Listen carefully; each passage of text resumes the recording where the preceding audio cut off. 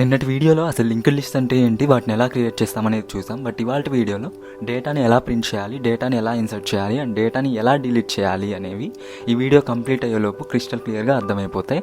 And first operation వచ్చేసరికి traversal అనమాట.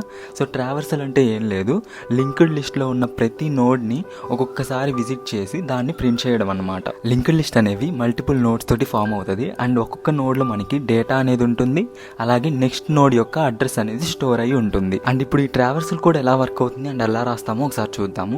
మనం ప్రతిసారి print of next dot data అని చెప్పేసి రాయలేం కాబట్టి ఇక్కడ వైల్ లూప్ అనేది యూజ్ చేస్తాం. మనం వైల్ లూప్ యూజ్ చేస్తున్నాం అంటే ఖచ్చితంగా కండిషన్ అనేది తెలియాలి. సో అందుకోసం మనం ఏంటి అంటే current equal to first node అనే దాన్ని ఇనిషియలైజ్ చేస్తున్నాం.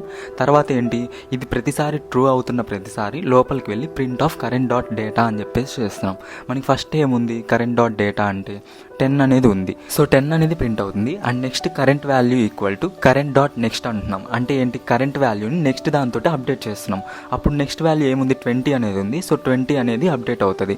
సో అలాగే మళ్ళీ వైల్ లూప్ అనేది ట్రూ అవుతుంది. లోపలికి వచ్చి కరెంట్ డాట్ డేటా అంటే 20 అనేది ప్రింట్ అవుతుంది.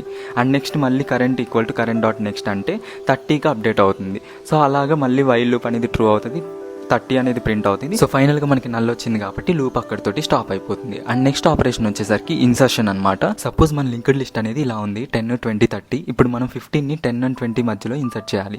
ఫస్ట్ ఏం చేస్తాం, ఒక న్యూ నోడ్ అనేది క్రియేట్ చేస్తాం with the value of 15.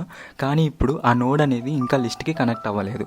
So ఇక్కడ చాలా ఇంపార్టెంట్ పాయింట్ ఏంటి అంటే డైరెక్ట్గా 10ని 15కి కనెక్ట్ చేయకూడదు, ఎందుకంటే 20 కనెక్షన్ అనేది పోతుంది కాబట్టి. సో ఫస్ట్ మనం 15ని 20కి కనెక్ట్ చేస్తాం, అంటే 15కి నెక్స్ట్ నోడ్ ఎవరో చెప్తున్నాము.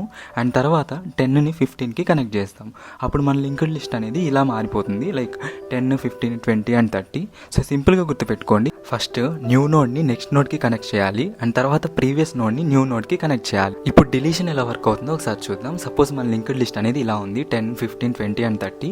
ఇప్పుడు మనం 20 అనే దాన్ని డిలీట్ చేయాలి. సో చాలామంది అనుకుంటారు నోడ్ని డైరెక్ట్గా డిలీట్ చేస్తామని చెప్పి, బట్ లింక్డ్ లిస్ట్లో అలా కాదు. మనం 20ని డిలీట్ చేయము, జస్ట్ 20ని స్కిప్ చేస్తాము. అంటే 15ని డైరెక్ట్గా 30కి కనెక్ట్ చేస్తాం. అప్పుడేమవుతుంది, 20ని ఎవరు పాయింట్ చేయరు కాబట్టి రిజల్ట్ అనేది 10, 15, 30 అయిపోతుంది. సో సింపుల్గా చెప్పాలి అంటే డిలీషన్ అంటే నోడ్ని రిమూవ్ చేయడం కాదు, ఆ నోడ్ని స్కిప్ చేయడం.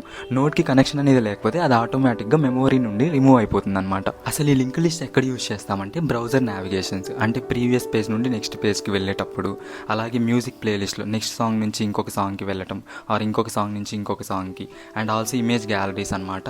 అండ్ తర్వాత memories management. So finally congratulations, మీరు ఇప్పుడు లింక్డ్ లిస్ట్ యొక్క బేసిక్స్ అనేవి తెలుసుకున్నారు. అండ్ ఒకవేళ మీకు కనుక వీడియో నచ్చితే లైక్ చేసి మీ ఫ్రెండ్స్కి రీచ్ చేసేసి మన పేజ్ని ఫాలో అవ్వండి.